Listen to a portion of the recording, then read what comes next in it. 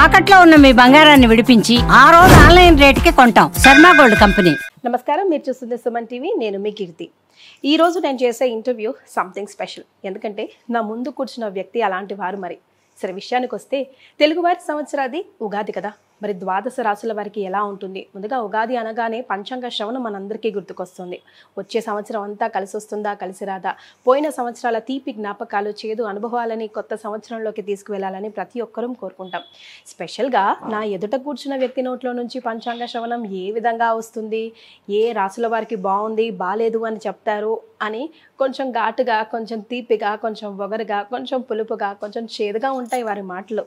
కానీ ఈ షడ్రుచులన్నీ వారి ద్వారా మనం అంతా ఎక్స్పెక్ట్ చేస్తాము. వారు ఏం మాట్లాడతారా, ఎప్పుడు ఏం చెప్తారా అని ఎదురు చూస్తూనే ఉంటాం. ఇంతకీ ఎవరో తెలుసా?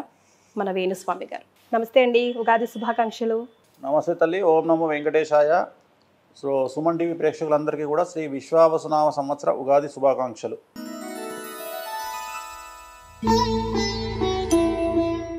తులారాశి వారు కూడా వన్ ఆఫ్ ది కాంట్రవర్షియలే కదా ఈ సంవత్సరం షష్టగ్రహ కూటమిలో తులారాశి డేంజరస్గా కనిపిస్తూ ఉంది. కారణం 6వ ఇంట్లో 6వ స్థానములో 6 గ్రహాలు రాబోతా ఉన్నాయి. సో షష్టమ దోషం, షష్టమ స్థానం. సో 6వ ఇంట్లోనే శని, షష్టగ్రహ కూటమి.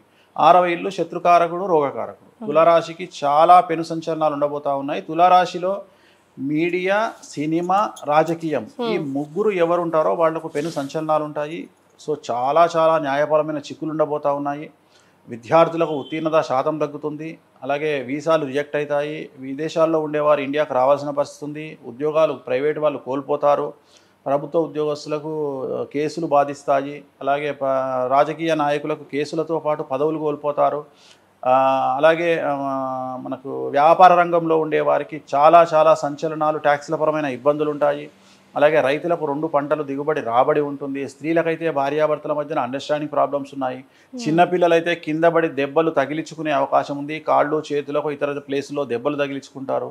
సో ఇవన్నీ తులారాశి జాతకానికి సంబంధించిన సమస్యలు. మరి వీరు ఏం చేసుకోవాలి? తిరునల్లార్ శనీశ్వర ఆలయంలో ప్రత్యేకమైన శని పూజతో పాటు నలుపు రంగు వాహనాలకు దూరంగా ఉండాలి. వాహన ప్రమాదాలు జరిగే అవకాశం ఉంది. రాత్రిపూట వాహన ప్రయాణాలు నిలిపివేసుకోవాలి. అలాగే మన శ్రీకాళహస్తిలో గురు దక్షిణామూర్తి వద్ద ప్రత్యేకమైన గురు పూజ నిర్వహించడం ద్వారా సమస్యల నుండి బయటపడతారు.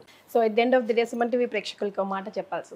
సుమన్ టీవీ ప్రేక్షకులకు చెప్పేటువంటిది ఏంటంటే, శ్రీ విశ్వావసునామ సంవత్సర ఉగాది శుభాకాంక్షలతో పాటు దయచేసి ఎవరికి అప్పులు ఇవ్వకండి, చిట్టీలు వేయకండి, జనాల్ని డబ్బుల విషయంలో నమ్మకండి, తల్లి తండ్రిని కూడా నమ్మకండి.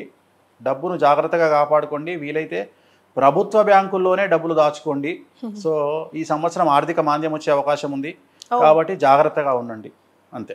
థ్యాంక్ యూ సో మచ్ అండి. నమస్కారం. ఓం నమో వెంకటేశాయ.